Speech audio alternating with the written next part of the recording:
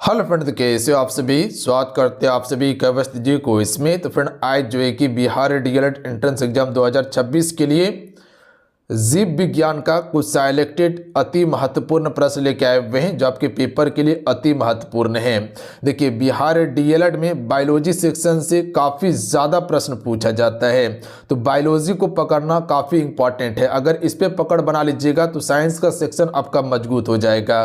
तो आज जितने प्रश्न आपको बताएंगे इसे पूरा आपसे कंप्लीट कर लीजिएगा। तो चलिए शुरू करते हैं। सभी एक बार सेशन को लाइक करके शेयर आपसे ज़रूर कर दीजिएगा।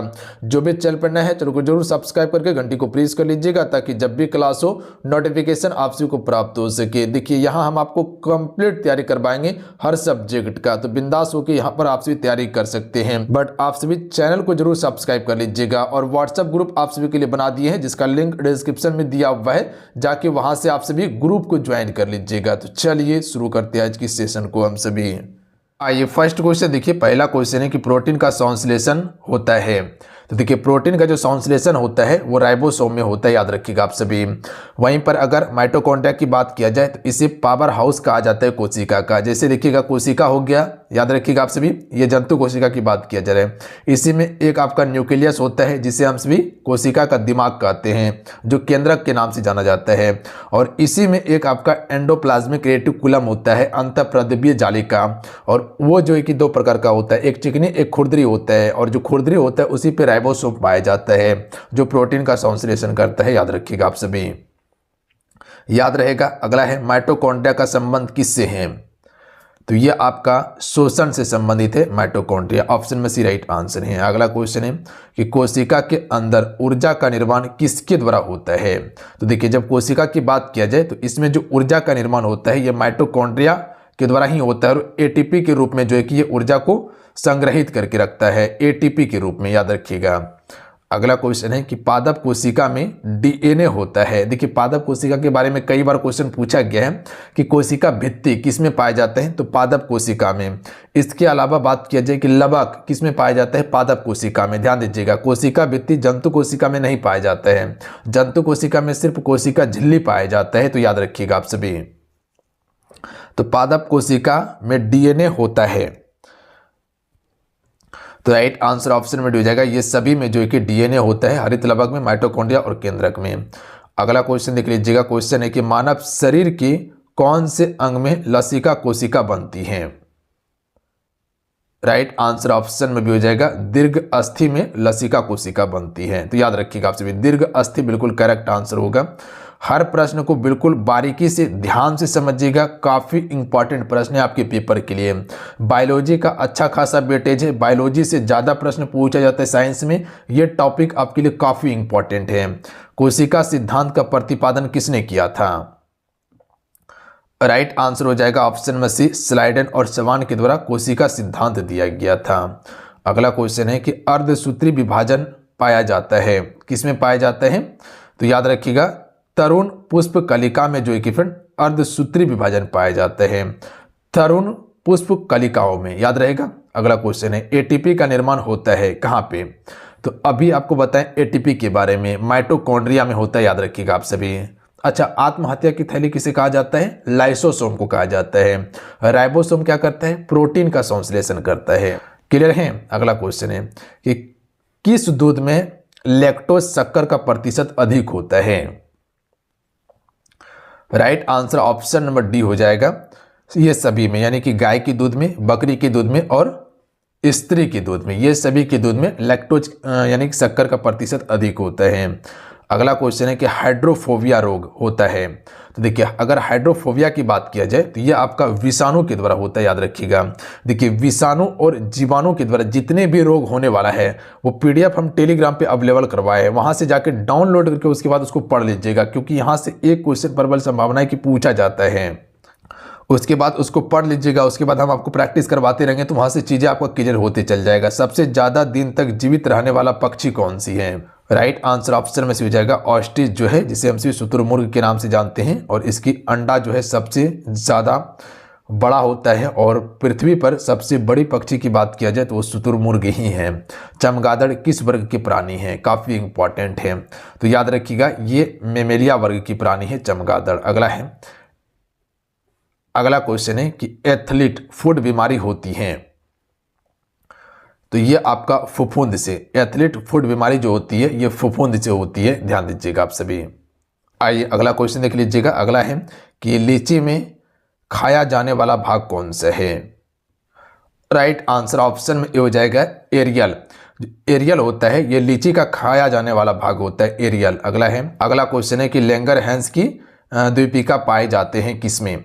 तो ये पाए जाते हैं पेंक्रियाज में, ऑप्शन में बी राइट आंसर होगा, याद रखिएगा। अगला क्वेश्चन है कि रुधिर परिसंचरण तंत्र की खोज करने वाला प्रथम वैज्ञानिक थे? तो देखिए रुधिर परिसंचरण तंत्र की जो खोज किया गया था ये आपका विलियम हार्वे के द्वारा किया गया था, तो ऑप्शन में ए राइट आंसर होगा। अगला है कि विषाणु की खोज किसने की थी?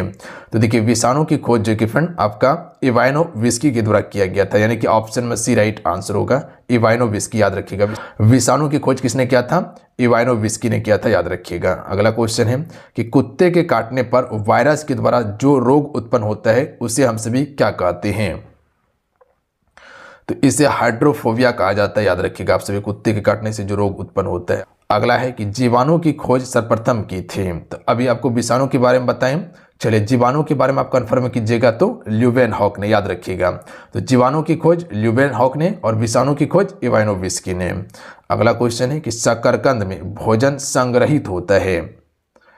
तो जड़ों में संग्रहित होता है, बी राइट आंसर होगा, जड़ों में। अगला क्वेश्चन है कि हल्दी के पौधे का खाने योग्य हिस्सा कौन सा है? तो देखिए हल्दी का पौधा का जो खाने योग्य हिस्सा होता है ये आपका प्रकंद होता है, क्या होता है? प्रकंद। अगला है लिम्फोसाइट रक्षा करती हैं किससे?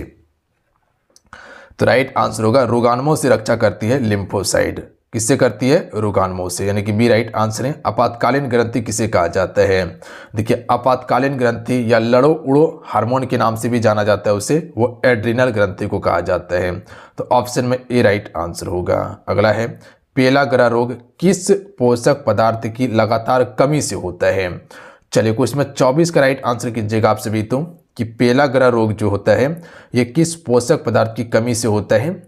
तो राइट आंसर होगा ऑप्शन में ए नियासिन की कमी से होता है, ध्यान दीजिएगा आप सभी।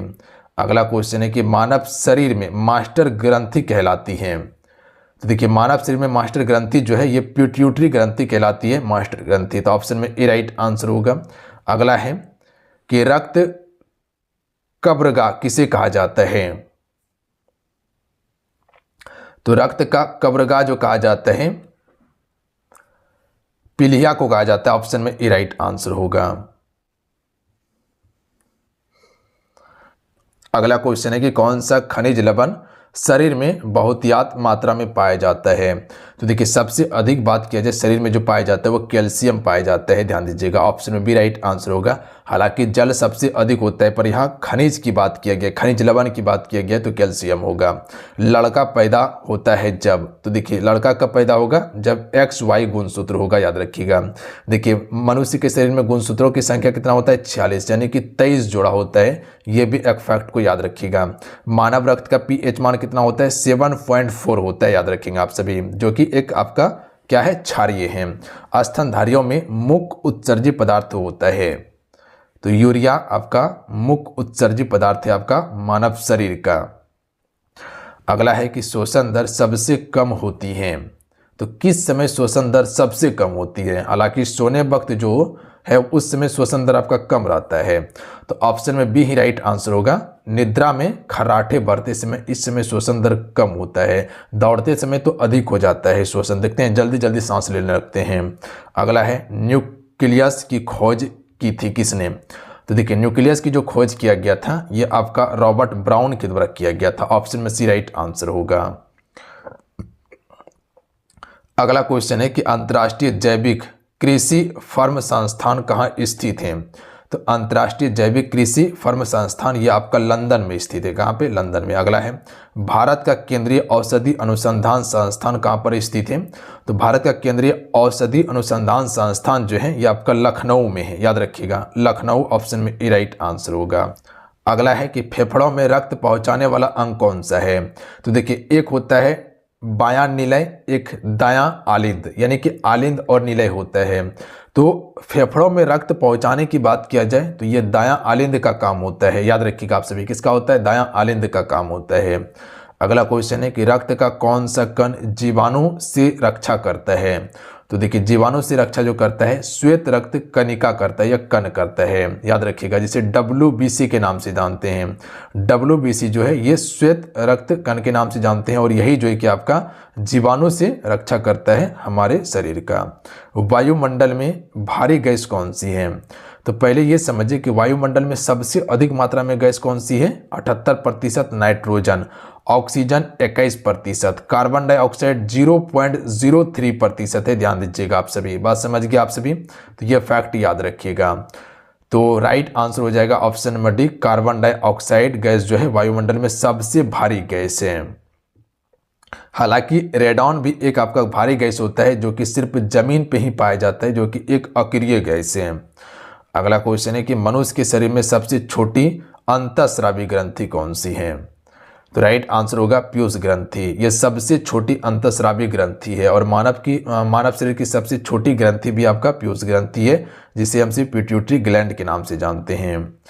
अगला क्वेश्चन देख लीजिएगा, स्वस्थ मनुष्य के शरीर का तापमान कितना होता है? यहाँ से 3 फैक्ट आपको याद रखना है। पहला, अगर फ़ारेनहाइट में बात किया जाए तो 98.6 फ़ारेनहाइट होता है। केल्विन में बात किया जाए तो 36 पॉइंट कह सकते हैं कि 8 या 9 डिग्री सेल्सियस होता है, या अप्रॉक्स में इसको 37 मान सकते हैं, आप सभी याद रखिएगा। यानी कि 36 से लेकर अगर 37 के बीच में जो ऑप्शन दिया जाएगा उसी को आपको टिक करना है। अगर डिग्री सेल्सियस में पूछा जाए तब, अगर केल्विन में पूछा जाए तो 310 डिग्री केल्विन होता है, याद रखिएगा। अगला है कि मानव शरीर को कितने निकोटिनिक अम्ल की प्रतिदिन आवश्यकता होती है? तो इसका राइट आंसर होगा ऑप्शन में बी, 15 ग्राम होती है। बी राइट आंसर होगा, प्रतिदिन चाहिए 15 ग्राम। तो चलिए आज कितना है, आज के इस क्लासेस में कुल 39 क्वेश्चन हमसे कंप्लीट किए हुए हैं, जो आपके पेपर के लिए अति महत्वपूर्ण है। और ये जीव विज्ञान यानी कि बायोलॉजी का प्रश्न था और सारे सिलेक्टेड प्रश्न है। देखिए बायोलॉजी से क्वेश्चन का वेटेज अच्छा खासा रहता है, इसीलिए इसको पकड़ना काफ़ी ज़रूरी है आपके लिए। तो इसको पकड़ के चलिएगा आप सभी, तभी आपका जो है कि साइंस में अच्छा खासा स्कोर हो पाएगा। बाकी बात जो हम दे रहे हैं आपको उसको आप पढ़ते चलिए। इसके अलावा जो भी क्लासेस हुआ है प्लेलिस्ट हम बना दिए हैं, लिंक डिस्क्रिप्शन में दिया हुआ है। और जिसको भी क्लासेस ज्वाइन करना है, क्लास आप एप्लीकेशन से ज्वाइन कर सकते हैं। वहाँ हम आपको तैयारी करवा रहे हैं बेहतरीन तरीके से। थ्योरी क्लास वहाँ चलता है, यहाँ MCQ दिए, वहाँ थ्योरी क्लास चलता है, जिससे कि आपका कॉन्सेप्ट क्लियर हो जाएगा बेहतर तरीके से, और जो आपका सपना है उसे आपसे साकार कर पाइएगा।